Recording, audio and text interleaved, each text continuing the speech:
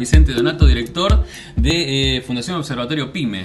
Sí, señor, mucho gusto. Perfecto. Vamos a hablar un poco de coyuntura PYME en nuestra Argentina, de su realidad, en este contexto a veces complicado, ¿no? Hay que mencionarlo. ¿Por qué parte podemos empezar, Vicente? Qué buena pregunta.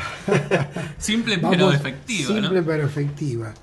A ver, la coyuntura, como todos sabemos, es una coyuntura complicada que no inició en este preciso momento, sino que ya tenemos un periodo, diría yo, de recesión en la economía argentina de las pymes desde hace varios años, donde este sector no ha podido de alguna manera generar nuevo empleo. Todo el tiempo, desde hace varios años, este sector está expulsando gente, tratando de lograr un nuevo equilibrio, una nueva dimensión de empresas, con menos personal, para tratar de remontar una coyuntura que a todas luces ha sufrido, digamos, embates tanto del sector internacional como internos. Hay que decir, y ahora mirando un poco hacia adelante, que para el sector de la construcción, que no es un demandante intensivo de recursos, de insumos internacionales, la devaluación de la moneda no es un problema en sí y es favorable en cuanto a que no, digamos, no tiene un impacto directo sobre los costos. Claro. Sí lo va a tener sobre la industria manufacturera, tampoco va a tener un impacto sobre el sector de los servicios. De manera que hay una crisis, pero también hay una oportunidad, porque este es un sector que en una nueva fase de la Argentina, donde el mercado interno sea importante, es un sector que no demanda dólares, de manera que tiene bastante espacio para crecer en la medida que los argentinos recuperen de alguna manera su poder de compra, ¿no? Donato, siempre que escucho tus charlas hay algunos datos estructurales que a mí me preocupan un poco y quiero que los cuentes un poco para entender cuando hablas de que el problema está en lo estructural más que en lo coyuntural, que nos hables de la natalidad de las empresas y el tema de los emprendedores y de este mundo emprendedor que parece que en la Argentina está muy fuerte, pero a comparación con otros países no tanto. No tanto. Efectivamente, bueno, Argentina hace 40 años era un país que tenía una cantidad de empresas per cápita muy superior al resto de América Latina. Se mide así en todo el mundo. ¿Cuántas empresas tenemos cada 1000 habitantes? Es como medir el colesterol, en todo el mundo se mide igual. Es un indicador que nos muestra cuál es la dimensión del sector con capacidad de generar trabajo. Porque cuando decimos hay que crear trabajo, lo que nos estamos salteando un paso en el razonamiento, que es el de hay que crear empresas, porque las empresas son las que crean el trabajo. Claro. El trabajo no llueve. Hay alguien que tiene que tomar la decisión de emprender, de contratar gente, de pagar un salario. De manera que nunca hay que saltarse este paso lógico. Más que contar la cantidad de ocupados, tal vez tenemos que contar la cantidad de empresas, porque son las empresas las que generan la ocupación. Y Argentina yo creo, confusión conceptual de apuntar sobre el empleo y no apuntar sobre las empresas, que son dos cosas obviamente relacionadas, pero que conceptualmente hay que saberlas diferenciar, porque si las empresas no crean trabajo, alguien lo tiene que crear, y ese alguien es el Estado, y ya lo sabemos, así a nivel provincial, municipal, nacional.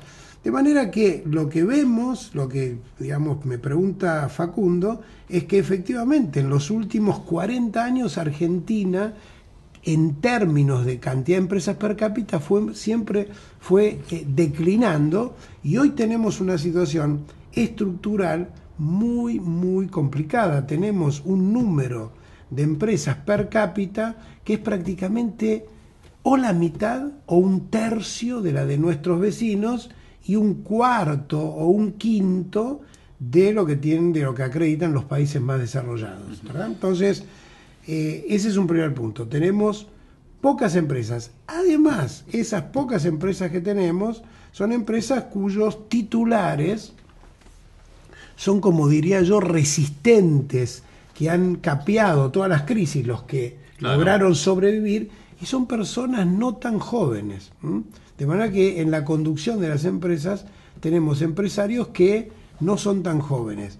En el sector de servicios son un poco más jóvenes, en el sector de la construcción y de la industria manufacturera menos. Los menos jóvenes están en la industria manufacturera, donde el 50% de los titulares de las pymes manufactureras tienen más de 50 años. Es decir, es una clase empresarial que tiene algunos problemas. Y si querés, después, para no extenderme demasiado, Facundo, pero falta el tema de la natalidad, ¿no? Porque, sí, claro, digamos, la existencia de esta cantidad de empresas es el resultado de la demografía, Claro, natalidad versus Me mortalidad. parece interesante mencionar que vos decías hace 4 décadas aproximadamente que estamos En declive.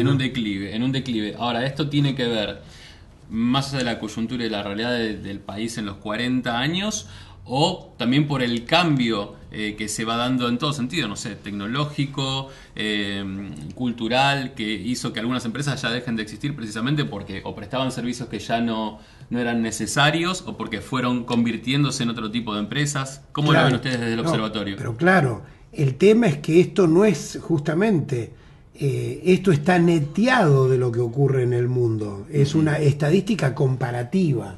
Entonces, en todo el mundo se da este proceso que vos bien mencionás, y que efectivamente hay una reestructuración tecnológica, hay un cambio, pero esto es comparativo, es decir, cuántas empresas tenemos nosotros Exacto. cada 1000 habitantes, cuántas tiene Chile, cuántas tiene Brasil, cuántas tiene Europa, cuántas tiene el sudeste asiático. Entonces, esto ocurre, nuestro devenir es un devenir que no está aislado del devenir del mundo, pero la situación a la cual hemos llegado es una situación en la cual nosotros hoy tenemos 20 empresas cada 1000 habitantes y nuestro vecino Chile tiene 55.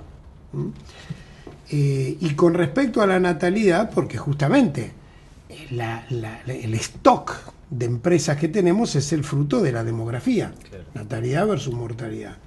Entonces, con respecto a la natalidad, tenemos mortalidad, pero además la natalidad en Argentina, y este es otra vez un dato que está comparado, porque es la única manera que podemos entender el fenómeno, tenemos una tasa de natalidad extremadamente baja. Me avergüenzo de decirlo, pero porque nos da vergüenza a veces, nos da vergüenza como argentinos, pero tenemos una tasa de natalidad similar a la que tienen en África, que sabemos que es uno de los continentes más castigados y más desafortunados del planeta. Y estas son estadísticas no del observatorio, todas estadísticas que estoy comentando son estadísticas internacionales comparables, estadísticas, digamos, que se relevan en todo el mundo de la misma manera.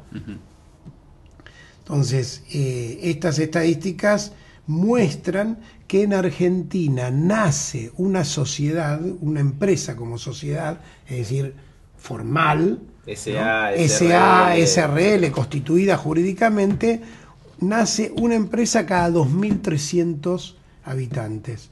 Y eso en América Latina es una empresa cada 500 habitantes, y eso en Brasil es una cada 300 habitantes, y eso en Chile es una cada 150 habitantes. Así que tenemos un problemón en cuanto a natalidad. ¿Qué dicen los libros económicos de los problemas de natalidad? Digamos, ¿cuál es el problema de por qué la natalidad es baja en un país? ¿O cuál podría ser? Claro, hay explicaciones canónicas. Porque estamos 20 veces más abajo que Chile, por ejemplo. Científicas, porque esto, digamos, es parte de la ciencia económica, de las ciencias sociales. La literatura, bien pregunta Facundo, dice 3 cosas al respecto. La primera, para emprender hay que tener, el capital propio nunca alcanza. Digamos, uno puede comprar la mesa de 2 sillas y una computadora y le va a faltar para el material, para el alquiler. Digamos, el capital propio del emprendedor nunca es suficiente, y entonces la disponibilidad de financiamiento de las nuevas empresas es fundamental. Es decir, el tamaño del sistema financiero, tanto de crédito como de capital. Las dos cosas, crédito y capital. Y nosotros en crédito y en capital estamos, después les cuento las estadísticas, pero primer problema o primera explicación de la baja natalidad, la disponibilidad de financiar la iniciativa. Claro. Segundo tema, la presión fiscal al nacer. ¿Cuál es la presión fiscal que tenemos al nacer? Asomo la cabeza, quiero emprender, hay alguien que me financia, pero quiero saber cuántas tasas, cuántos impuestos tengo que pagar. Exacto. Entonces, la presión impositiva, siempre comparable, siempre en comparación, ¿verdad? Es una presión impositiva, y estos otra vez datos muy comparables, es una presión argentina, es una presión altísima al nacer. Ahora, es decir, quiero al arrancar nacer, y mira, con todo lo que tengo que pagar, no arranco. Mejor no arranco. No arranco, prefiero buscarme un empleo público. Exacto. O que alguien me contrate en el sector público, o que alguien me contrate, pero en el sector privado nadie te va a contratar porque todo el mundo está en lo mismo, ¿verdad? Entonces, por eso digo, aún con un sistema financiero potente, el tema de la presión fiscal no es indiferente. Y el tercer tema, donde yo creo que creemos que estamos muy bien, pero no estamos del todo bien tampoco, es las capacidades técnicas de la población. ¿Cuánto el saber hacer difundido, distribuido? Es decir, el emprendedor sabe hacer algo, por eso emprende. Tiene una capacidad, digamos, distinta, diferente, diferenciadora del resto, en cuanto a que es más inquieto, es alguien que se le ocurren ideas, tal vez tenga... Entonces, pero la inquietud, la capacidad de generar también es un saber hacer. Y ese saber hacer se adquiere en parte en la escuela y en parte en la práctica profesional, trabajar en una empresa. Ustedes saben, se dice esta frase, ¿no? Producción de empresas a través de empresas. ¿Qué quiere decir esto? Voy a trabajar en una empresa, sé hacer, aprendí en la escuela técnica o tengo capacidad, voy a una empresa, estoy un tiempo y después salgo y hago mi propia empresa. Ese es el sistema normal de reproducción de la empresarialidad en el mundo. No llueven los empresarios de la escuela secundaria a el emprendedurismo.